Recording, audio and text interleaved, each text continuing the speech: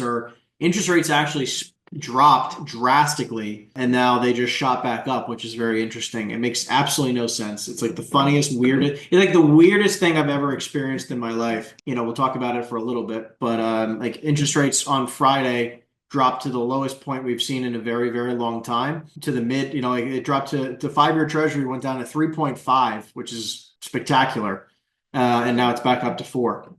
And the 10 years back up to 4.3. So it's just, and the 10-year was down to 3.7. It's very crazy. Like I had people who were locking in rates at 4.9 on Friday, where if they did the same thing right now, they'd be at like 5.8 or, 4.99 before, and now they're, be at 5.99. So anyways, it's crazy how quickly things are adjusting, and you just need to be prepared to pivot. Hence why good deals are the way of the future, like are going to be the best way to make big money, right? Like you just have to find good quality deals, because even with rates going up a point or two or three, it's not going to matter. If I find a discounted property, we're going to buy it. I also would pivot one way or the other, right? So either pivot down and go a lot smaller properties, or pivot way up, just because the very large properties are still going to trade at 5.5 and 6 caps, and so are the very small properties. Like the sub $3 million deals are still going to be okay, but like the mid range stuff is going to get whacked, right? It's just going to get hit very, very hard.